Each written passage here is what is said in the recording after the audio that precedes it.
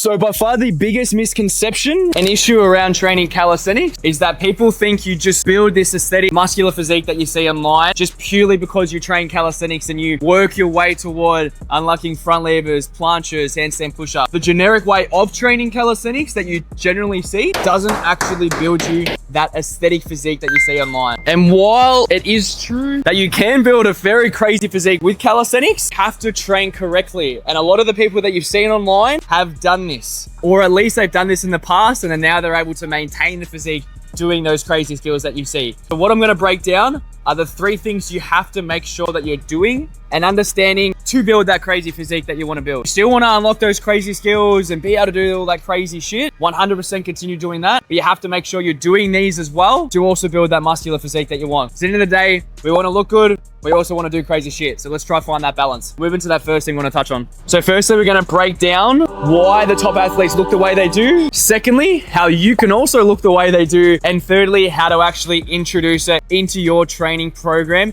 and you can start actionably doing it right now. So firstly, we'll touch on why the top athletes look the way they do, so you can have a clear understanding on how to actually do it yourself. But the first kind of aspect of it is unfortunately genetic outliers. There are people who are just going to naturally hold a very low body composition, hold also decent level of muscle mass, even if the training is suboptimal. So that is something that we have to touch on and have a great understanding, is that genetics play a big part. But it doesn't mean that you can't also. What a lot of the athletes also do that you can actually do as well is, in calisthenics, you're going to be gravitating to want to be as light as possible, because obviously the lighter you are, the easier these moves are. And what that's going to mean is that you're generally going to build lean muscle mass, but also hold low body fat at the same time.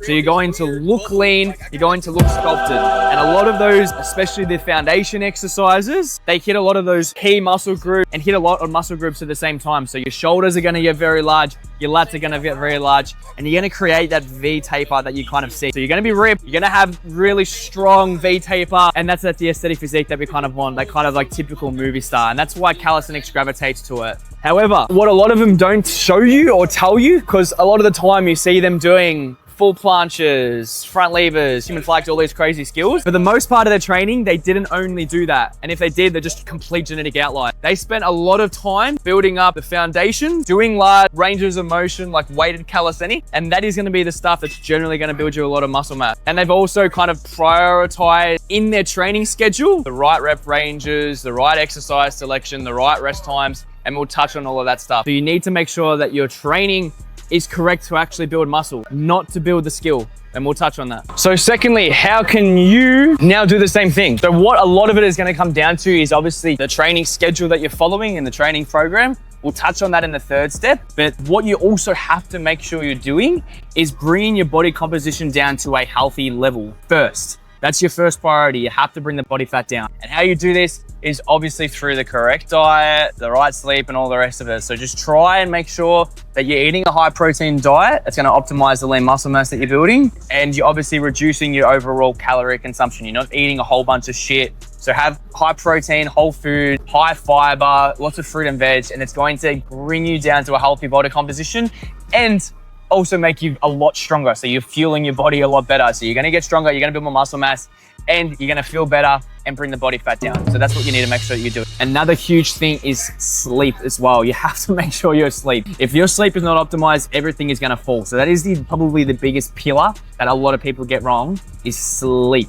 Allow yourself to optimally recover and perform at your absolute best. And that's going to build you the most amount of muscle mass and also get you to the healthy hormone levels, which is going to bring your body fat down. And as I said, make you a whole lot stronger. So they're the 2 things you have to make sure you're doing, is the right diet, get your body fat down, and then obviously optimize your sleep. Simple as it is. If you want help in terms of like managing calories as well, you can literally just use ChatGPT. Take a photo of everything you eat. It's going to kind of give you a calorie summary. Say that you want to kind of lose X amount of weight. You're at this weight. You want to bring your body fat composition down. You can even send it your progress photos, and that'll literally do the whole job for you. Simple as that. Leverage AI, guys. So now the most important thing that we'll touch on is how to actually implement your training to do the crazy shit, but most importantly, build the lean muscle mass that you want to build so you can start looking like your crazy calisthenics athletes and having that nice sculpted physique that we all want. So we'll break it down for you and make it nice and simple. In your training schedule, all you have to do is make sure you're doing these 4 things. That's all it is. Tick off these 4 things and you will be building substantial muscle mass and also crazy strength too. The very first thing that I would say is probably the most important thing is actually exercise selection. So simply, if you're doing a whole lot of holds and you're just doing simple holds like planches, front levers, things like L-sits as well, things that require a whole lot of just balance and you're not actually moving, so they're just holds, not very good for building muscle at all.